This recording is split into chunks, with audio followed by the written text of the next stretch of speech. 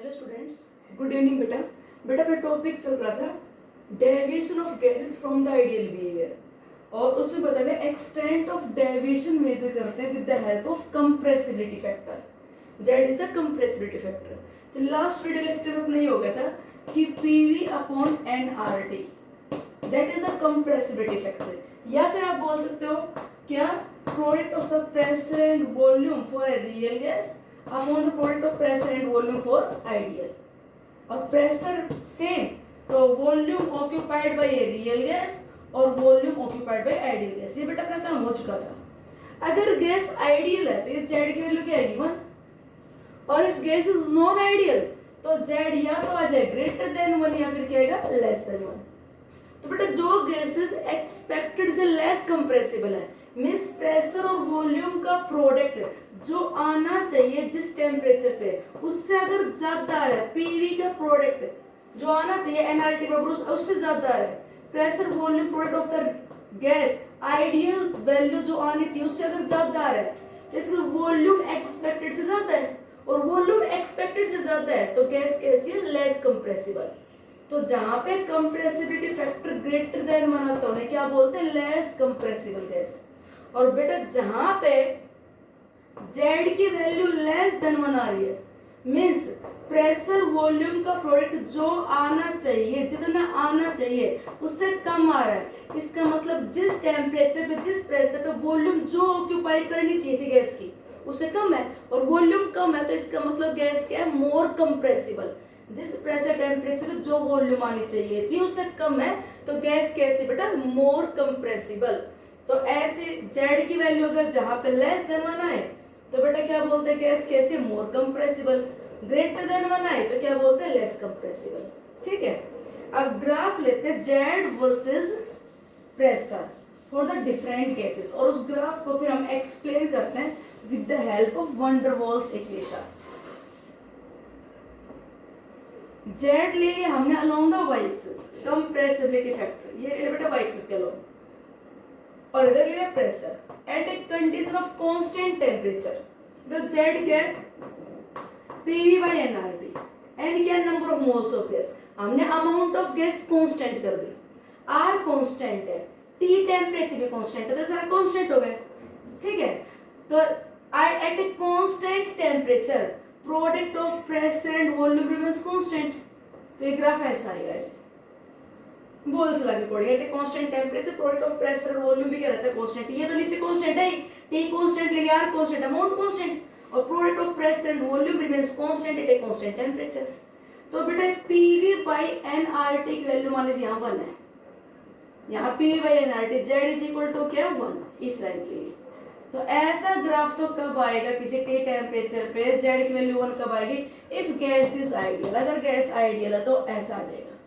अब गैसेस के लिए ग्राफ आता कैसा है बेटा, हाइड्रोजन गैस के लिए ऐसा ग्राफ आता है कांस्टेंट टेम्परेचर पे, हीलियम गैस के लिए ऐसा ग्राफ आता है कांस्टेंट टेम्परेचर पे, नाइट्रोजन गैस के लिए ऐसा ग्राफ आता है, CO2 गैस के लिए ऐसा ग्राफ आता है, नाइट्रोजन CO2 के लिए ऐसा ग्राफ आता है। मतलब स्ट्रेट लाइन ना आके बेटा देखो ये कैसा आ रहा है, यहाँ पे क्या बता दिया कि जब प्रेशर बहुत लो है, ध्यान से देखना, जब प्रेशर वेरी वेरी लो तो इधर प्रेशर इंक्रीज होता जा रहा है at a very very low pressure, बहुत लो प्रेशर पे सब के लिए जेड की वैल्यू 1 है, चाहे वो हाइड्रोजन हीलियम है नाइट्रोजन CO2 सबका जेड 1 है।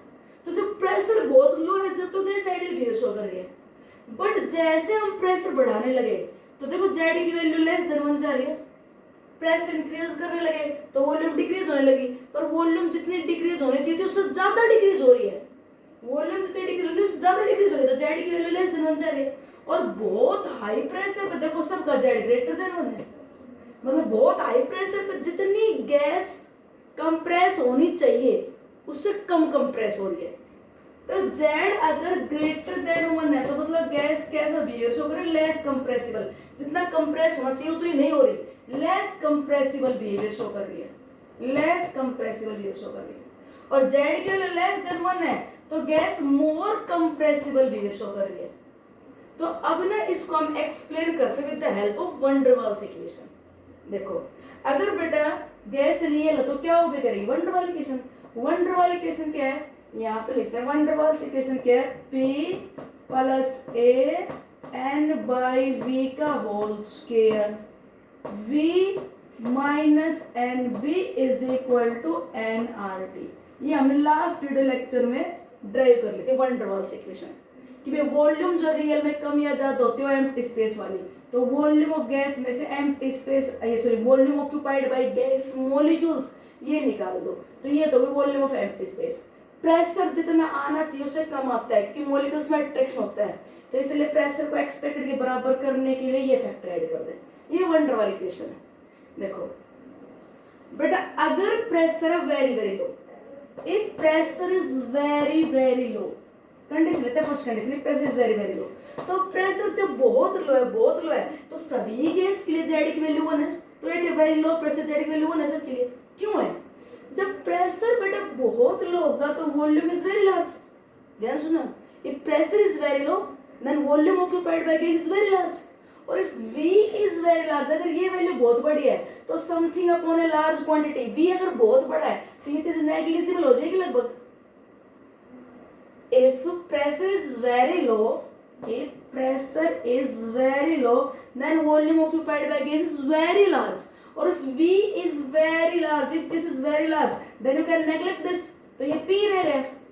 पलट इधर आ जाओ, if V is very large you can neglect this, V को अगर V बहुत बड़ा है तो आप इसको नेगलेक्ट कर सकते हो, तो अपने पास बोलो इक्वेशन क्या आ गई, PV is equal to NRT, और P is equal to NRT आ गया तो बोलो PV अपॉन में NRT is equal to 1, और Z की वैल्यू 1 हो गई कि नहीं?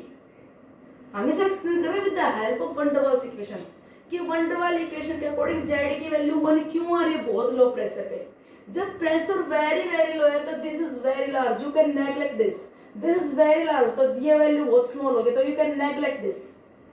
वॉल्यूम बहुत लार्ज है, मॉलिक्यूल बहुत दूर दूर है, तो intermolecular force of attraction a measure करते हैं, इंटरमॉलिक्यूलर फोर्स ऑफ अट्रैक्शन वो वेरी वेरी वीक होगा, तो ए की वैल्यू बहुत कम होगी, तो इसको नेगलेक्ट कर सकते हैं एट वेरी लो प्रेशर, इसको नेगलेक्ट कर देंगे एट वेरी लो प्रेशर क्योंकि वॉल्यूम बहुत ज्यादा होगी। तो ये आ गए यहाँ पे। Next condition, if pressure is moderate, तो ये तो है बहुत लो प्रेशर, ये प्रेशर मॉडरेट है, तो प्रेशर मॉडरेट तो बेटा ऐसा ग्राफ आ रहा है, मतलब जेड की वैल्यू नेगेटिव आ रही है मॉडरेट प्रेशर रेंज पे। क्यों आ रही है देखो, ये इक्वेशन सेटिस्फाई कर देगी, प्रेशर इज मॉडरेट। अगर बेटा प्रेशर मॉडरेट है तो यहाँ पे इस कंडीशन पे volume occupied by the gas क्या होगी, मीडियम। प्रेशर मीडियम है तो मतलब वॉल्यूम कम, बहुत लार्ज और बहुत कम नहीं कह सकते, तो वॉल्यूम मीडियम है तो we can not neglect this, इसको हम नेग्लेक्ट नहीं कर सकते, तो ये अपने को ऐसे लिखना पड़ेगा P plus a N square by V square, कि प्रेशर मॉडरेट है तो वॉल्यूम इतनी कम नहीं है कि हम इसको नेग्लेक्ट कर दें, but volume occupied by the gas कि कंपैरिजन में आप इस चीज को अब भी नेगलेक्ट कर सकते हो कि मीडियम प्रेशर पे पार्टिकल थोड़ा दूर दूर रहते हैं, तो volume occupied by molecules can be neglected with respect to this, molecules की वॉल्यूम आप नेगलेक्ट कर सकते हो अभी, तो इसलिए ये नेगलेक्ट कर दे, तो ये V is equal to NRT। क्या बताया कि at a moderate pressure volume is medium range, और volume is of medium range you can not neglect this quantity, इधर रख लिया, बट वॉल्यूम मीडियम रेंज के तो आपके मॉलिक्यूल इतना दूर है कि you can neglect volume occupied by gas molecule. Volume occupied by gas molecule हम नेगलेक्ट नहीं कर पाएंगे बहुत हाई प्रेशर पे, क्योंकि बहुत हाई प्रेशर पे लो टेम्परेचर पे पार्टिकल पास होते हैं, वहां पे हम volume occupied by gas molecules neglect नहीं कर सकते। ठीक है, तो मीडियम रेंज पे आप volume occupied by gas molecules neglect कर सकते हो, तो ये भी हो गया। करो V से मल्टीप्लाई, क्या होगा PV प्लस V से करो multiply AN square by V is equal to NRT, हो गया। Divide throughout by NRT, throughout NRT से डिवाइड कर दो, बेटा क्या होगा PV by NRT plus NRT से डिवाइड करोगे तो N से एक N कट गया, तो AN बाई VRT, NRT से डिवाइड करो एक N से कैंसिल हो गया, ठीक है, इज इक्वल टू NRT से NRT डिवाइड किया तो क्या आ गया 1। ठीक, अब बोलो PV अपॉन में NRT इज इक्वल टू कितना आ गया 1 माइनस में AN बाई RTV, तो बेटा अपना PV बाई NRT क्या है Z, तो Z इज इक्वल टू क्या है 1 माइनस AN/RT और ये क्या है V, ये हो गया V। तो अब बताओ बेटा मॉडरेट प्रेशर पे अपनी Z की वैल्यू क्या आ गई 1 माइनस 1 से कम आ गई ना, तो वही है तो मॉडरेट प्रेशर पे। ये तो एक्सेप्शन है, हाइड्रोजन हीलियम का Z हमेशा ग्रेटर देन 1 होता है, चाहे मॉडरेट प्रेशर हो चाहे हाई प्रेशर हो। इसके लिए हम आगे एक्सप्लेन करेंगे बाद में।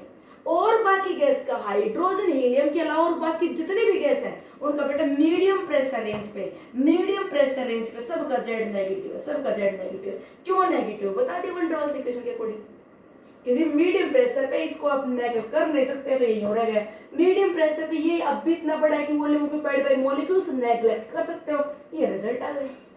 नेक्स्ट अपने क्या एक्सप्लेन करना है कि बहुत हाई प्रेशर पे, जब बहुत हाई प्रेशर है तो सबका जेड ग्रेटर देन 1 है, सबका जेड ग्रेटर देन 1, तो ग्राफ ऊपर चला गया। ये Z1 के लिए, ये Z लेस देन 1 के लिए, और ये होगा Z ग्रेटर देन 1। ठीक, तो बहुत हाई प्रेशर देखो क्या होगा, if pressure is very very high, if pressure is very very high, बहुत हाई प्रेशर है। If P is very very high, अगर P बहुत हाई है तो बहुत हाई प्रेशर बेटा P की वैल्यू अगर बहुत बड़ी है तो as compare to large value can neglect the small value. बहुत लार्ज वैल्यू है, P बहुत हाई है, तो इसको आप नेगलेक्ट कर सकते हो कि P बहुत बड़ा है, तो नेगलेक्ट कर दो इसको। At a high pressure P अगर बहुत बड़ा है तो as compare to large value can neglect this. ठीक है, P अगर बहुत लार्ज है तो वॉल्यूम बहुत कम है, और वॉल्यूम बहुत कम है गैस की, तो no volume occupied by gas molecules आप नेगलेक्ट नहीं कर सकते। If volume is very very small, if pressure is very very high तो volume is very very small, और if volume occupied by gas very very small then you can not neglect volume occupied by gas molecule, और you can not neglect, तो ये V minus NB is equal to बेटा क्या हो गया nRT। अब बोलो PV is equal to PV minus NPB is equal to क्या हो गया nRT। थ्रू आउट बेटा nRT से डिवाइड कर दो, तो PV बाई nRT अपॉन में nRT, और ये बेटा अपॉन में nRT। ठीक, PV अपॉन nRT क्या है Z। ठीक, nRT से n क्या ये n से n कैंसिल हो गया, तो ये क्या हो गया माइनस PBR2 उधर जाके प्लस का हो गया, nRT से nRT डिवाइड करो 1 हो गया, तो 1 प्लस में PB बाई RT। अब बोलो Z की वैल्यू अपनी ग्रेटर देन 1 आ गई कि नहीं, तो बहुत लो प्रेशर है तो Z1, मीडियम प्रेशर है तो Z देखो नेगेटिव, अगर बहुत हाई प्रेशर है तो Z पॉजिटिव हो गया। ओके, अब why for the hydrogen and helium always Z comes out greater than 1। बेटा हाइड्रोजन और हीलियम के लिए Z की वैल्यू हमेशा ग्रेटर देन 1 क्यों होती है for hydrogen and helium gas. बेटा hydrogen gas, helium gas molecule are of very small size, these molecules are non-polar and these are of very small size, तो intermolecular force of attraction between them are very weak। Hydrogen के molecules में helium के atoms के बीच में force of attraction क्या है very very weak. अगर बेटा force of attraction very weak है तो ए की वैल्यू क्या होगी very small. A measure the strength of intermolecular forces, a measure करता है strength of intermolecular force of attraction. If intermolecular force of attraction are very weak तो a की value क्या है बेटा very small. Clear, if a is very small तो देखो apply करो p प्लस में an square by v square और v minus nb is equal to nRT। If a is very very small you can neglect this value, तो p into v minus nb is equal to nRT। बेटा क्या हो गया pv minus npb is equal to nRT। Throughout nRT से divide कर दीजिए, तो PV by nRT Z, ये nRT से डिवाइड करो तो n से n कट गया माइनस PB बाई RT, और बेटा nRT से nRT डिवाइड किया तो 1, तो Z is equal to again 1 plus PB by RT आ गया कि नहीं। तो for hydrogen and helium gas Z की वैल्यू ऑलवेज हमेशा बेटा क्या आएगी greater than 1।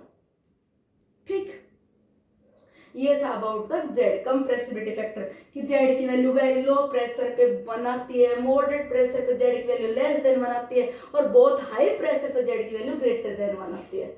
Hydrogen helium exception, Z की वैल्यू इनका प्रेशर लो हो, हाई हो, मीडियम हो, हमेशा जेड की वैल्यू ग्रेटर देन 1 रहती है हाइड्रोजन हीलियम के लिए। तो वो इसलिए क्योंकि इनका ए वेरी वेरी स्मॉल होता है, तो दिस क्वांटिटी इज नेग्लिजिबल, और ये इसलिए प्रूव होगा कि जेड की वैल्यू क्या आएगी इनके लिए ऑलवेज ग्रेटर देन 1। ठीक बेटा, now we study about the liquefaction of gases. Which conditions are necessary to liquefy a gas. अगर अपने को गैस का लिक्विफिकेशन करना है, we want to liquefy gas, अगर हमें गैस को लिक्विफाई करना बेटा, how the liquefaction of a gas is possible. एक गैस को हम लिक्विफाई कैसे कर सकते हैं, how gas can be liquefied. बेटा गैस को लिक्विफाई करना, गैस को लिक्विड स्टेट में लेके आना है, तो गैस के पार्टिकल्स को पास पास लेके आना है, और पार्टिकल्स को पास पास ला सकते हैं कंप्रेस करके। तो गैस के ऊपर क्या अप्लाई कर दिया जाए, high pressure. By applying the high pressure particles comes close and keeping low temperature. क्या रखे बेटा, लो टेम्परेचर, कि टेम्परेचर लो होगा तो पार्टिकल्स की काइनेटिक एनर्जी लेस होगी, पार्टिकल फास्ट मूव नहीं करेंगे और ज्यादा दूर दूर तक नहीं जा पाएंगे। तो एक गैस लिक्विफाई हो सकती है by applying the high pressure and bye maintaining low temperature. Pressure high कर दिया, पार्टिकल पास पास आ गए, टेम्परेचर कम कर दिया, बेटा मॉलिक्यूल दौड़ के दूर नहीं जा पाएंगे। You know that temperature is directly proportional to average kinetic energy of the molecule. Temperature कम कर देंगे तो मॉलिक्यूल्स की काइनेटिक एनर्जी लो होगी, पार्टिकल पास पास रहेंगे। अच्छा जी, तो बेटा हर गैस को हम लिक्विफाई कर सकते हैं by applying the high pressure and keeping the low temperature. अब बेटा मेन रोल में आपको टेम्परेचर बताती हूँ। अब अगर हम बात करें बेटा लिक्विफिकेशन ऑफ अमोनिया गैस, और एक हम बात करें लिक्विफिकेशन ऑफ हाइड्रोजन गैस, तो अमोनिया गैस तो बेटा बहुत हाई टेम्परेचर पे लिक्विफाई हो जाती है। अमोनिया गैस तो लगभग 407 केल्विन टेम्परेचर पे लिक्विफाई हो जाती है, और हाइड्रोजन गैस है उसको लिक्विफाई करने के लिए टेम्परेचर बहुत कम करना पड़ेगा। हाइड्रोजन गैस को लिक्विफाई करने के लिए टेम्परेचर लगभग 33 केल्विन चाहिए होता है। इससे ऊपर हाइड्रोजन गैस लिक्विफाई हो ही नहीं सकती, चाहे आप कितना ही हाई प्रेशर लगा लो। तो गैस को लिक्विफाई करना कितना इजी है, वो बेटा इस प्रेशर टेम्परेचर के साथ साथ गैस के नेचर पे भी डिपेंड करता है। मींस जो गैस के मॉलिक्यूल्स हैं उनके बीच में फोर्स ऑफ अट्रैक्शन कितना है इस बात पे भी डिपेंड करेगा। जिन मॉलिक्यूल्स में फोर्स ऑफ अट्रैक्शन बहुत स्ट्रॉन्ग होते हैं, जिन मॉलिक्यूल्स में अट्रैक्शन बेटा बहुत स्ट्रॉन्ग होते हैं, क्या होगा, पार्टिकल्स कम्स क्लोज।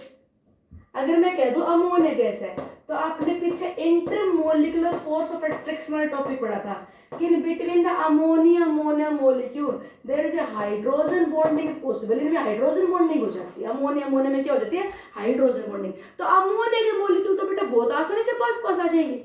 अमोनिया को लिक्विफाई करना तो होगा इजी, क्योंकि ये बॉन्ड पोलर है, ये पॉजिटिव पोल है, नेगेटिव पोल, तो नेगेटिव पोल पॉजिटिव की तरफ पावरफुली खींचेगा और मॉलिक्यूल आसानी से पास पास आ जाएंगे। अब मैं बात करूं बेटा हाइड्रोजन गैस की, तो हाइड्रोजन तो भाई स्मॉल साइज के ऊपर से नॉन पोलर है, तो नॉन पोलर मॉलिक्यूल्स में होते हैं वैन डर वाल फोर्सेस, और you know strength of van der Waals force depend upon the size surface area molar mass. तो इनकी size surface area molar mass कम है, और बेटा इनमें अट्रैक्शन तो बहुत कम है, ये पार्टिकल दूर दूर रहेंगे। आप इन्हें कंप्रेस करना चाहोगे, टेम्परेचर लो रखोगे, तो ये पार्टिकल ज्यादा पास नहीं आ पाएंगे, because attraction between them are very weak. तो एक गैस को लिक्विफाई करने के लिए हमें कितना लो टेम्परेचर रखना पड़ेगा, कितना हाई प्रेशर अप्लाई करना पड़ेगा, that will depend upon the strength of intermolecular forces, that will depend upon the strength of intermolecular forces of attraction in between gaseous molecule, depends upon the strength of intermolecular force of attraction in between gas molecule। बेटा gaseous molecules में कितना attraction है इस बात पर depend करेगा gas का liquefy होना, कि molecules में attraction कितना है। जिन मॉलिक्यूल्स में बेटा अट्रैक्शन स्ट्रॉन्ग होता है उनके लिए ए की वैल्यू क्या होती है, लार्ज, पता है ना, ए वन डबल कांस्टेंट। तो हम ये कहते हैं कि जहां पे ए की वैल्यू हाई होगी उस गैस का लिक्विफिकेशन इजी होगा। जहां पे ए की वैल्यू हाई होगी उस गैस का लिक्विफिकेशन इजी होगा। जैसे अमोनिया 407 केल्विन पे लिक्विफाई हो जाएगा, जबकि हाइड्रोजन को लिक्विफाई करने के लिए हमें बहुत लो टेम्परेचर करना पड़ेगा, क्योंकि 407 पे हाइड्रोजन मॉलिक्यूल तो बहुत दूर रहेंगे। अमोनिया के तो इसलिए थोड़े पास आ गए कि इनमें क्या है, स्ट्रॉन्ग हाइड्रोजन बॉन्डिंग। तो कौन सी गैस किस हाई टेम्परेचर तक लिक्विफाई हो सकती है, दैट विल डिपेंड्स अपॉन ए। जितना फोर्स ऑफ अट्रैक्शन स्ट्रॉन्ग, उस गैस को लिक्विफाई करना उतना इजी। उस गैस को आप एक हाई टेम्परेचर पे भी लिक्विफाई कर सकते हो। अरे बेटा, वो हाईएस्ट पॉसिबल टेम्परेचर जिससे ऊपर एक गैस का लिक्विफिकेशन इम्पॉसिबल हो, वो हाई से हाई टेम्परेचर जिससे ऊपर गैस, आप कितना प्रेशर लगा लो, जो गैस लिक्विफाई होगी नहीं। जैसे मैं कह दूं कि अगर हम बात करें हाइड्रोजन गैस की, तो 33 केल्विन से ऊपर चाहे कितना ही हाई प्रेशर लगा लो, हाइड्रोजन लिक्विफाई नहीं होगी। क्यों बेटा, कि टेम्परेचर इतना हाई है कि मॉलिक्यूल इस टेम्परेचर पे और पास आ ही नहीं सकते, इससे हाई टेम्परेचर मॉलिक्यूल पास आ ही नहीं सकते, यानी कि एनर्जेटिक हो गए। तो जैसे अमोनिया के लिए 407 केल्विन है, अमोनिया गैस के लिए 407 केल्विन। देखो पार्टिकल्स की मूविंग कैपेसिटी आपको पता होगा, velocity square root of 3RT/m। तो जो वेलोसिटी और मोलर मास की इनवर्सली प्रोपोर्शनल, जितना पार्टिकल हैवी होगा उसकी मूविंग कैपेसिटी कम होगी। तो एक हैवी मास वाले को, जिसका मोलर मास हाई है, उसकी तो आप वेलोसिटी कम कर सकते हो एक हाई टेम्परेचर पे, क्योंकि मोलर मास ज्यादा है तो वो ज्यादा दूर नहीं जा पाएगा। तो अमोनिया के मॉलिक्यूल्स को तो हम 407 केल्विन तक तो लिक्विफाई कर सकते हैं गैस को। 407 से ऊपर भी अमोनिया भी लिक्विफाई नहीं होगा, कि उससे ऊपर टेम्परेचर पे ये टेम्परेचर बढ़ता है तो वेलोसिटी बढ़ती है, तो इतना ज्यादा एनर्जेटिक हो चुका है कि वो पार्टिकल फिर दूर दूर भाग गए, नहीं हो पा रहा लिक्विफाई। तो बेटा, वो हाईएस्ट पॉसिबल टेम्परेचर जिससे ऊपर एक गैस का लिक्विफिकेशन इम्पॉसिबल हो जाए, उस हाईएस्ट टेम्परेचर को बोलते हैं बेटा क्रिटिकल टेम्परेचर। क्या बोलते हैं, क्रिटिकल टेम्परेचर। अब हम पढ़ेंगे critical temperature, critical pressure, critical volume. तो क्रिटिकल टेम्परेचर क्या होता है, critical temperature the highest temperature above विच, आपको मल्टीपल ऑब्जेक्टिव देगा, द हाईएस्ट टेम्परेचर एट विच या अबव विच या बिलो विच।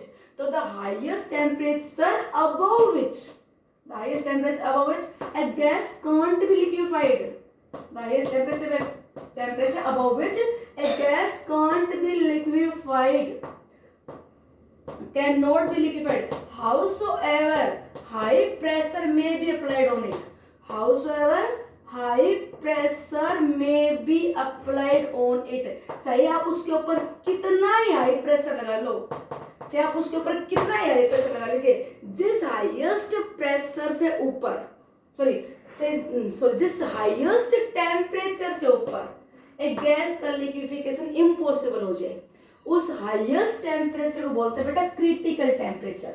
जैसे मैंने कह दिया कि हाइड्रोजन गैस के लिए 33 केल्विन वो लास्ट टेम्परेचर है जहां तक ये लिक्विफाई हो सकती है। अगर टेम्परेचर 33 से ऊपर करोगे तो above which H2 can not be liquefied.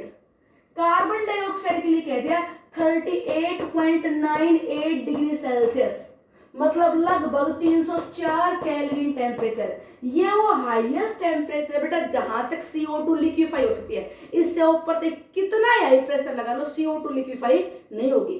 तो ये हाईएस्ट टेम्परेचर जहां तक ये लिक्विफाई हो पा रहा है, ये क्रिटिकल टेम्परेचर। अब बताओ, जिन मॉलिक्यूल्स में अट्रैक्शन स्ट्रॉन्ग है वो तो एक हाई टेम्परेचर तक भी लिक्विफाई हो पा रही है। तो अगर कोई पूछो what is the relation between critical temperature and a, तो देखो बेटा a directly proportional to strength of intermolecular force. जहां पे intermolecular force of attraction strong, वहां पे ए की वैल्यू लार्ज, और जहाँ पे अट्रैक्शन स्ट्रॉन्ग बेटा वो एक गैस हाई टेम्परेचर में लिक्विफाई हो पाएगी, तो उतना ही क्या होगा, हाई क्रिटिकल टेम्परेचर। जितना ए की वैल्यू बढ़ती जाएगी उतना क्रिटिकल टेम्परेचर भी हाई होगा।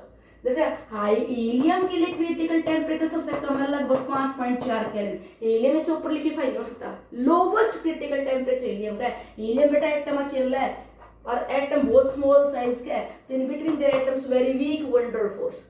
हाइड्रोजन के लिए बेटा क्रिटिकल टेम्परेचर 33 है, CO2 के लिए क्रिटिकल टेम्परेचर 304 केल्विन है, अमोनिया के लिए क्रिटिकल टेम्परेचर 407 है। तो देखो जितना van der Waals force of attraction strong होते गए, यहाँ पे हाइड्रोजन बॉन्ड नहीं हो गई, जितना ए की वैल्यू बढ़ते गए उतना बेटा क्रिटिकल टेम्परेचर भी क्या होता चला गया, इंक्रीज। ठीक, अब हम पढ़ते हैं एक बार Andrews isotherm for the liquefaction of a gas. जिसमें हम स्टडी करेंगे effect of pressure on the volume of a gas at a constant temperature. And Thomas Andrew ने बेटा ग्राफ लिया था, जिसे बोलते हैं Andrews experiment, Andrews isotherm for the liquefaction of gas. Andrews ने क्या किया, CO2 गैस को अलग अलग टेम्परेचर पे लिया। देखो इधर है वॉल्यूम ऑक्यूपाइड बाय गैस, इधर है बेटा pressure applied on the gas. क्या किया उसने, CO2 गैस ली बहुत लो टेम्परेचर पे, टेम्परेचर लगभग 13 डिग्री सेल्सियस, CO2 गैस ली। ये देखो बहुत लो प्रेशर पे volume occupied by gas very large. Volume क्या होती है, decrease as the pressure increase, pressure increase होता है वॉल्यूम डिक्रीज होती है। फिर उसने क्या ऑब्जर्व किया कि एक पर्टिकुलर प्रेशर पे देखा, पर्टिकुलर प्रेशर पे देखा कि there is a more change in volume, volume suddenly decrease हो गई। आई थिंक इधर वॉल्यूम डिक्रीज होती जा रही है। ये आपको ग्राफ पता हो तो प्रेशर वर्सेस वॉल्यूम ऐसा ग्राफ होता है।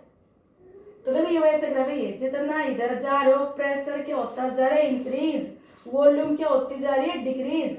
फिर देखा सडनली एक पर्टिकुलर प्रेशर, वो इस प्रेशर पे क्या होगा, वॉल्यूम सडनली डिक्रीज। यहाँ पे ये वो प्रेशर है जहाँ बेटा गैस का लिक्विफिकेशन स्टार्ट हो गया। जैसे गैस लिक्विफाई होना स्टार्ट होगी there is a decreasement in volume is more. फिर देखा बेटा कितना ही हाई प्रेशर लगा लिया, वॉल्यूम में डिक्रीजमेंट बहुत कम है। ध्यान से देखो यहाँ पे देखो इस केस में जितना प्रेशर बढ़ाते गए वॉल्यूम लगभग बहुत ज्यादा उतनी डिक्रीज होती गई। तो volume inversely proportional to pressure, volume double की, प्रेशर डबल किया वॉल्यूम हाफ हो गई। यहाँ पे वॉल्यूम सडनली डिक्रीज क्योंकि गैस लिक्विफाई होने लग गई। यहाँ देखिए पूरा लिक्विड में कन्वर्ट हो गया। और liquids are much less compressible, liquids almost incompressible होते हैं। तो बेटा लिक्विड, ये अब लिक्विड बन चुका है, ये ग्राफ लिक्विड का है। तो कितना यहाँ हमने हाई से हाई प्रेशर अप्लाई कर दिया, यहाँ से लेके हमने यहाँ तक पहुंचा दिया, प्रेशर इतना बढ़ा दिया, प्रेशर इतना बढ़ा दिया। और वॉल्यूम में चेंज गुरुजी ना के बराबर, वॉल्यूम में चेंज बहुत कम है, प्रेशर इतना बढ़ा दिया, यहाँ से लेके यहाँ तक पहुंचे और वॉल्यूम में चेंज बहुत कम है। तो क्योंकि गैस सॉरी लिक्विड्स क्या होते हैं, लेस कंप्रेसिबल, ऑलमोस्ट इनकंप्रेसिबल। फिर देखा मैंने इसी गैस को, इसी CO2 गैस को इंटरेस्ट के देखा कि अगर थोड़ा हाई टेम्परेचर पे लेते हैं, लगभग 20 डिग्री सेल्सियस पे लेते हैं, तो बेटा ये गैस का लिक्विफिकेशन थोड़ा डिफिकल्ट होगा। टेम्परेचर हाई होगा ना, टेम्परेचर हाई होगा तो गैस का लिक्विफिकेशन थोड़ा मुश्किल हो जाएगा। At a high temperature particles are far apart, तो उस हाई टेम्परेचर पे लिक्विफाई करने के लिए प्रेशर और हाई अप्लाई करना पड़ा। तो देखा अब की बार बेटा इस प्रेशर पे अभी गैस का लिक्विफिकेशन स्टार्ट हुआ। फिर लिक्विफाई होने के बाद क्या देखा कि जी कितना ही हाई प्रेशर अप्लाई करो वॉल्यूम डिक्रीजमेंट बहुत कम। फिर जो टेम्परेचर लेवल 25 डिग्री सेल्सियस, तो इस गैस का लिक्विफिकेशन और भी मुश्किल हो गया, और भी हाई प्रेशर अप्लाई करना पड़ा। देखो अगर मैं इसको थोड़ा यो कवर करते जा रहे हैं, देखो ये एरिया कम होता जा रहा है। कौन सा, लिक्विड कि लो प्रेशर पे बेटा गैस आसानी से लिक्विफाई होने लग गई थी। फिर टेम्परेचर हाई किया तो हमें प्रेशर भी हाई अप्लाई करना पड़ा लिक्विफाई करने के लिए। ये यहाँ पे लिक्विफिकेशन स्टार्ट हुआ। जब टेम्परेचर आपने और हाई किया तो गैस का लिक्विफिकेशन और भी मुश्किल हो गया। फिर ग्राफ लिया 30.98 डिग्री सेल्सियस पे और 39.98 पे ऐसे चला गया ग्राफ 30.98 डिग्री सेल्सियस कि जस्ट एक गैस का लिक्विफिकेशन, ये एरिया वो लिक्विफिकेशन को इंडिकेट कर रहा है। ये वाला जो एरिया है क्या इंडिकेट कर रहा है, गैस का लिक्विफिकेशन। ये लिक्विफिकेशन। तो ध्यान देखो जितना टेम्परेचर बढ़ाते जा रहे हो उतना हाई प्रेशर अप्लाई करना पड़ रहा है गैस को लिक्विफाई करने के लिए। और बेटा 30.98 के बाद चाहे आप कितना ही हाई प्रेशर अप्लाई कर लो गैस लिक्विफाई नहीं हुई। चाहे ये परमानेंट गैस होंगे, परमानेंट गैस मतलब अब इसका लिक्विफिकेशन इम्पॉसिबल। तो ये 30.98 डिग्री सेल्सियस क्या कहलाएगा, क्रिटिकल टेम्परेचर। ये वो हाईएस्ट टेम्परेचर है CO2 का जहां पे गैस लिक्विफाई हो पाए। इसके ऊपर गैस का लिक्विफिकेशन इम्पॉसिबल। अब ये परमानेंट गैस बन चुकी है, अब ये लिक्विफाई नहीं होगी। 30.98 के ऊपर इतना एनर्जेटिक हो चुके पार्टिकल, अब इनको चाहे कितना ही प्रेस कर लो, कितना ही कंप्रेस कर लो, ये नहीं होगा लिक्विफाई। तो बेटा क्रिटिकल टेम्परेचर के कोरस कॉरस्पॉन्डिंग हमें कितना प्रेशर लगाना पड़ा गैस को लिक्विफाई करने के लिए, वो प्रेशर कहलाएगा क्रिटिकल प्रेशर। क्रिटिकल टेम्परेचर वो highest temperature above which gas can't be liquefied. जैसे CO2 के लिए 30.98 है कि 30.98 तक लिक्विफाई होगी, उसके ऊपर लिक्विफाई नहीं होगी, तो क्रिटिकल टेम्परेचर CO2 का 30.98 डिग्री सेल्सियस। ठीक, critical pressure, the highest pressure which applied on the gas to liquefy it at a critical temperature। critical temperature पे गैस को लिक्विफाई करने के लिए हमें कितना प्रेशर लगाना पड़ा, वो क्या कहलाएगा बेटा, क्रिटिकल प्रेशर। और क्रिटिकल टेम्परेचर, क्रिटिकल प्रेशर पे एक मोल गैस कितने वॉल्यूम ऑक्यूपाई करते हैं बेटा, वो कहलाते हैं क्रिटिकल वॉल्यूम। ठीक, ये critical temperature, critical pressure, critical volume, इन सब का बेटा रिलेशन है किससे, van der Waals constant A और B से।